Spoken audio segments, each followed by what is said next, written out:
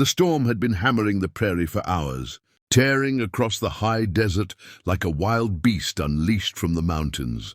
And by the time rancher Elias Warren dragged his last calf into the shelter of the barn, he felt as if the sky itself were trying to crush every living thing beneath it. Wind slashed the grass sideways, thunder rolled over the hills like drums of war, and lightning forked through the clouds so bright it carved every shadow razor-sharp.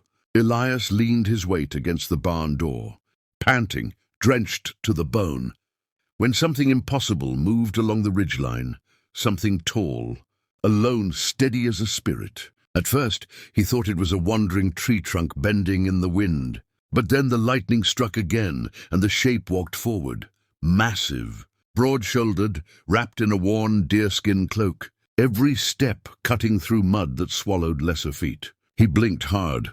No lost cattle marker could stand like that. No outlaw wandered so openly. And then she came closer, descending the slope with the slow, deliberate measure of someone who feared nothing this land could conjure. She was Apache, he could see that even through the sheets of rain, and not just any Apache.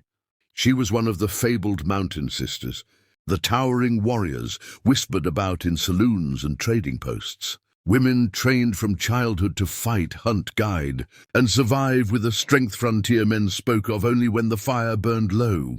She stepped into the weak lantern glow outside the barn, and Elias saw her face, hard from weather, eyes sharpened by grief and distance, cheeks painted faintly with clay that had long since washed into streaks. Her braids clung heavy down her back, and though she carried no weapon that he could see, her presence alone felt like a blade unsheathed. "You should not be out in this storm," Elias called over the wind, unsure why his voice wanted to tremble. She said nothing at first.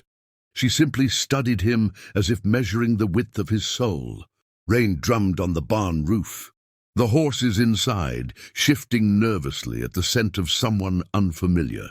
Then, with a voice deep and steady, she spoke English marked with the cadence of her people. "I have not felt comfort in 6 moons," she said, not loudly, not softly, but with the weariness of someone who had walked through more than storms. Elias swallowed, stunned not by her words, but by the heaviness wrapped around them. Comfort, 6 months. A span that seemed simple, but on her tongue tasted like exile.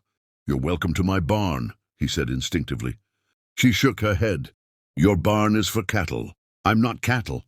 She stepped closer until the rain off her cloak splattered onto his boots. "But I will accept a fire, and clean water, and silence." Elias nodded, stepping aside, holding the lantern higher as she entered his home, simple ranch cabin built from cedar beams his father had cut long before. The wars with the tribes. The moment she crossed the threshold, the room felt smaller, as if the walls pulled closer to listen. She lowered herself near the fire, the floorboards groaning under her height and strength. And for the first time, Elias noticed a deep bruise at her shoulder, old but not healed, and a cut on her forearm packed with crushed herbs. She had been traveling injured. "Name's Elias Warren," he offered. She did not look at him. "I am Nashdi," she said quietly, "second sister of the High Ridge clan." He had heard stories. Most ranchers did. The High Ridge Sisters were guardians of their people, skilled horse-tamers, scouts, defenders. If one came this far north alone, something was wrong. "Very wrong. If you need a doctor, ma'am." She cut him off with a look, calm but final.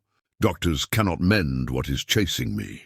Elias eased into a chair, letting the firelight gild the edges of the room, watching her as she unwrapped her soaked cloak and spread it near the heat. The muscles in her arms looked forged from rope and stone. She was easily a foot taller than him, and though exhaustion tugged at her eyelids, her posture never weakened. "You traveled alone through Apache country?" she asked suddenly, surprising him. "Did you not fear running into warriors?" Elias shrugged. "Fear don't stop storms or cattle births. No use in letting it stop me from doing my job." For the first time, a faint spark flickered in her eyes. "Not amusement, respect. You speak plain. That is good." Then the spark died as quickly as it came. "Belaying words help when wounds are deep." Elias leaned forward. "Your family, your people, are they?" She stared into the flames. "Gone," she said. Taken by white, men who burned our winter camp before dawn. Elias felt something inside him twist. The frontier was full of stories like that. Men who hunted tribes as sport, men who took what was not theirs. He waited for her to continue, but she didn't. Instead, she reached into a small pouch tied to her belt and withdrew something wrapped in hide. She held it tightly, almost reverently. "I walked 6 moons," she murmured, "searching for a truth I did not want. I crossed rivers swollen with death, climbed mountains sharp enough to cut the sky. I slept where the earth groaned and woke where no voices answered mine. But I kept walking because the world demanded it." She lifted her eyes to his, and the fire reflected in them like molten amber.